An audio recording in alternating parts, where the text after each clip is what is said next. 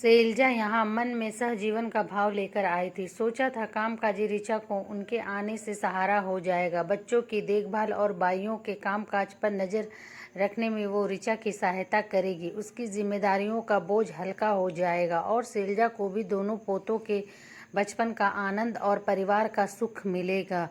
आंगन से बहू ऋचा के झल्लाने की तेज आवाज़ें आ रही थीं। आम के पेड़ पर अमर बेल फैल गई थी। बस डंडे से उसी को खींच खींच कर अलग करती जा रही ऋचा लगातार गुस्से से बड़बड़ाती जा रही थी। रसोई घर में सबका खाना बनाती शैलजा ने एक गहरी सांस भरी। वह समझ रही थी कि यह चिढ़ अमरवेल पर नहीं बल्कि उनके लिए है। ऋचा उनका गुस्सा बेल पर निकाल रही थी। उन्हें उठाकर बाहर नहीं फेंक सकती, इसलिए बेल को फेंक कर अपने दिल की भड़ास पूरी कर रही थी।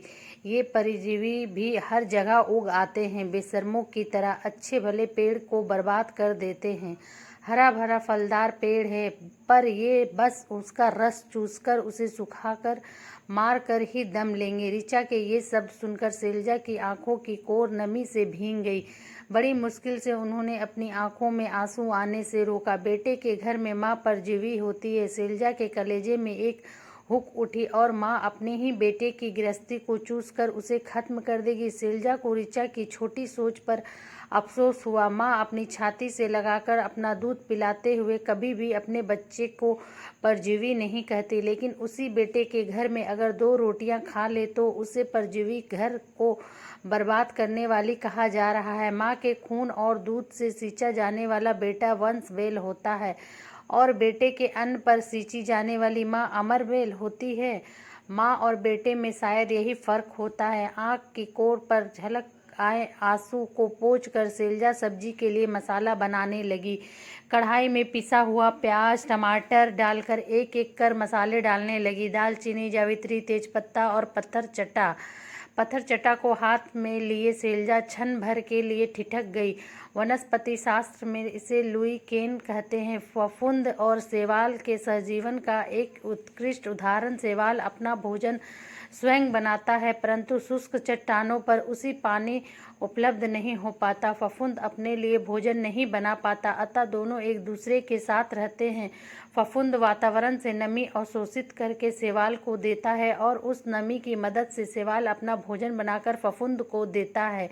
इस तरह अत्यंत शुष्क और दुर्गम परिस्थितियों में भी दोनों एक दूसरे के सहयोग से जीवित रह लेते हैं। प्रकृति में 2 निर्बल पौधे आपसी सहयोग का इतना बड़ा उदाहरण प्रस्तुत करते हैं, एक दूसरे का सहारा बनते हैं। बड़े सक्षम वृक्ष भी अपने ऊपर आश्रित बैलों को झटक कर फेंक नहीं देते, बल्कि उनका पोषण करते रहते हैं, चाहे वो स्वयं ही क्यों न सूख जाएं। लेकिन हर तरह से सबल सक्षम मनुष्य अपने स्वार्थ में सबको झटक देता है। रात में अपने बिस्तर पर जाकर लेटने तक का सारा समय शैलजा पर भारी बीता। ऋचा पूरे दिन किसी न किसी बात से अमरबेल का उदाहरण देकर उन्हें ताना मारती रही। जब ऋचा दोपहर में अपने कमरे में जाकर लेटी, तब शैलजा आंगन में पेड़ के पास खड़ी हो गई। कोने में नूची हुई टूटी फूटी बेल पड़ी थी। शैलजा को उससे करुणा हो आई। कहने को अमरवेल है, लेकिन परजीवी कहकर सबकी नफरत ही इसके हिस्से आती है, जैसे आजकल शैलजा के हिस्से आ रही थी। हफ्ते के 6 दिन तो ठीक से निकल जाते, क्योंकि ऋचा ऑफिस चली जाती है, सुबह जाने की तैयारी में होती है और आने पर थकी होती है तो कमरे में चली जाती है, इसलिए शैलजा से सामना कम ही होता है। लेकिन छुट्टी वाले दिन शैलजा को बहुत भारी लगते हैं। ऋचा, बच्चे, उनका बेटा अमित सब घर पर रहते हैं। शैलजा को ऋचा के बोलने से उतना दुख नहीं होता जितना अमित के चुप रहने से होता है। पराये का ताना उतना नहीं चुभता जितना पेट जाए का मौन। अमित की भी मानो इसमें पूरी स्वीकृति है और छुट्टी वाले दिन शैलजा को लगता कि वह बेटे बहू के वांछित बगीचे में अमर बेल की तरह है। अनामंत्रित अवांछित परजीवी। 2 वर्ष पहले अमित के पिता की मृत्यु के बाद शैलजा उज्जैन के अपने पति गृह में अकेले रह गई थी। इकलौता बेटा बहू भोपाल में रहते थे। उज्जैन में घर में तमाम काम वाली लगी हुई थी। अड़ोस पड़ोस भी बहुत अच्छा था। सब लोग एक परिवार के सदस्य की तरह रहते थे। शैलजा को पति की यादों के साथ वहाँ रहने में कोई परेशानी नहीं थी। सबके साथ हंसते बोलते एक दूसरे के सुख दुख घूमते दिन कब निकल जाता पता ही नहीं चलता था। और यहाँ सैलजा आकर अपने पलंग पर लेट गई।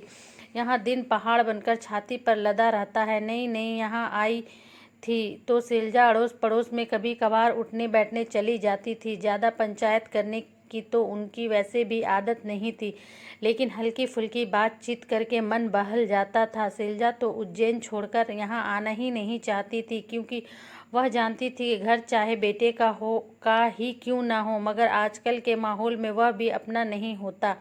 लेकिन अमित और ऋचा तब बहुत जिद करके उन्हें अपने साथ ले आए थे। भोपाल आने के बाद जल्दी ही उन्हें बेटे बहू की मंशा का पता चल गया। अमित उज्जैन का उनका 2 मंजिला मकान बेचकर भोपाल में अपने नाम से बड़ा मकान लेना चाहता था।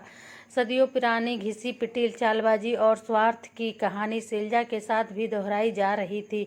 सैलजा कहने भी किससे जाती, उसके दूरदर्शी पति ने जमाने के चलन को भांपकर ही शायद पूरा मकान सैलजा के नाम कर देने की समझदारी दिखाई थी, नहीं तो शायद बेटा बहू उन्हें कब का चलता कर देते।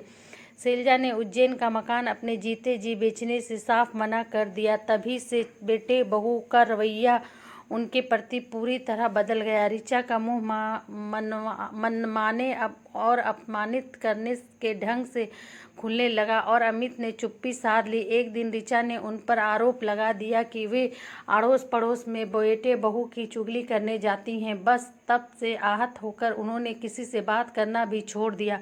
उन्होंने काम में अपने आप को व्यस्त कर लिया। सुबह 5 बजे उठकर दोनों बच्चों के लिए टिफिन बनाना, बेटे बहू का नाश्ता, फिर लंच, बच्चों के स्कूल से लौटते ही उनका खाना पीना और फिर रात का खाना। वे थककर चूर हो जाती पर उफ तक नहीं करती। सैलजा यहाँ मन में सहजीवन का भाव लेकर आई थी। सोचा था कामकाजी ऋचा को उनके आने से सहारा हो जाएगा।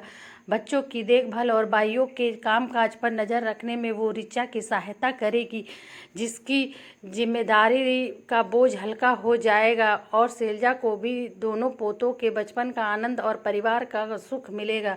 लेकिन ऋचा ने भाइयों को हटाकर उन्हें बाई बना दिया। इस पर भी उन्हें परजीवी की संज्ञा दे दी। अब अपमान सहना बस में नहीं रहा। इससे पहले कि बेटा बहू उन्हें किसी दिन चले जाने को कहे, वो अपना मन रख कर खुद ही जल्दी यहाँ से चली जाएंगी। सुबह ही उन्होंने दोनों को अपने निर्णय से अवगत करा दिया, जिससे उन्होंने सहर्ष स्वीकार कर लिया, मानो उन्हें मुँह मांगी मुराद मिल गई। तीसरे ही दिन अमित उन्हें इंटरसिटी पर बिठा आया। इतना भी नहीं बना कि उन्हें घर तक पहुंचा देता, पर अब सैलजा को उससे कर्तव्यपरायणता की कोई उम्मीद भी नहीं बची थी।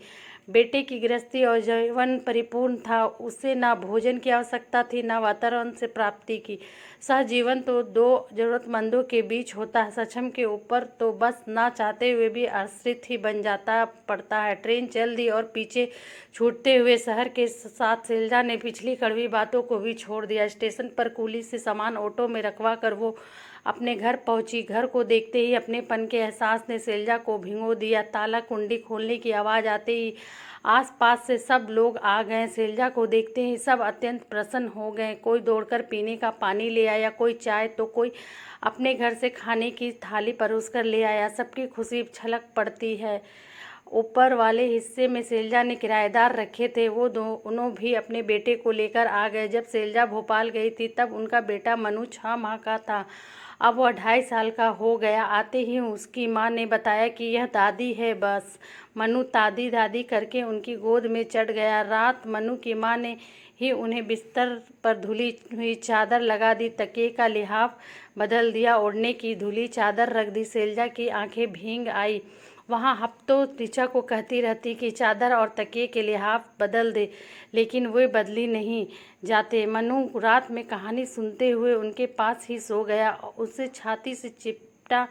सैलजा को लगा जैसे वो बरसों बाद चैन की नींद सोई हो। सुबह उठने की आहट लगते ही मनु की माँ चाय ले आई। इससे पहले कि वो गैस सिलेंडर की चिंता करती, एक पड़ोसी पहले ही अपना भरा हुआ सिलेंडर रख कर गैस चूल्हा शुरू कर गए। शाम होने तक तो उनका रसोईघर और फ्रिज सारे ज़रूरी सामान से भर चुका था। घर में ऐसी रौनक हो गई कि लगा कि नहीं कि वे वहाँ से कभी गई भी थी। दूसरे दिन उनकी पुरानी महरी काम कर वापस आ गई। शैलजा को वापस आया देखकर महरी इतनी खुश हुई जैसे उनकी माँ आ गई हो। जीवन सुचारू रूप से सबके साथ हंसते बोलते चलने लगा। नन्हा मन्नू दिन भर दादी दादी करता आगे पीछे घूमता रहता। उसकी माँ और पिता भी बेटे बहू जैसा आदर देते शैलजा को। मन्नू की माँ तो उनके आने से बहुत खुश थी, क्योंकि मन्नू की देखभाल अब परिपक्व व अनुभवी हाथों में हो रही थी। एक दिन दोपहर में महरी अपनी बेटी को लेकर आई और बोली, माँ जी, यह मेरी बेटी है। मैं और इसके पिता काम पर चले जाते हैं तो यह अपने बड़े भाई के साथ घर पर रहती थी, लेकिन अब इसका भाई भी काम पर जाने लगा है। इसे मैं घर पर नहीं छोड़ सकती। लड़की जात है, डर लगा रहता है। अगर मैं इसे दिन भर के लिए आपके पास छोड़ सकूं तो निश्चिंत होकर काम कर सकूंगी। अगर आपको कोई ऐतराज़ ना हो तो बड़ी मेहरबानी होगी। माँ जी, मेरी बेटी आपकी छत्र छाया में सुरक्षित रहेगी। महरी ने हाथ जोड़कर विनती की। शैलजा को भला क्या ऐतराज़ होता। सीधी सादी सी 16-17 साल की लक्ष्मी अगले ही दिन से शैलजा के पास आने लगी।